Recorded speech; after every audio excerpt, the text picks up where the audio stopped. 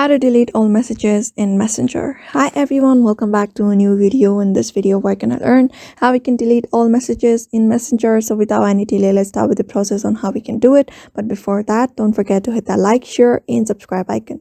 So if you're looking for how you can delete all your messages in Messenger all at once, these are the process that you may follow in order to do so. So usually to delete a chat, you just long press on the chat and you can find this delete option. After that, confirm it and that particular chat will be deleted. But let's say you want to delete all of the chat all at once. So in order to do so, there is no such direct way till now in Messenger. You don't have that feature of deleting altogether. But what you can do instead is simply long press on each of the chat and delete it. Otherwise, you may just go to the menu bar at the top right and go to the settings. After going to settings, you can find this option called report technical problem. Simply tap on that. After that, you can see report anyway option.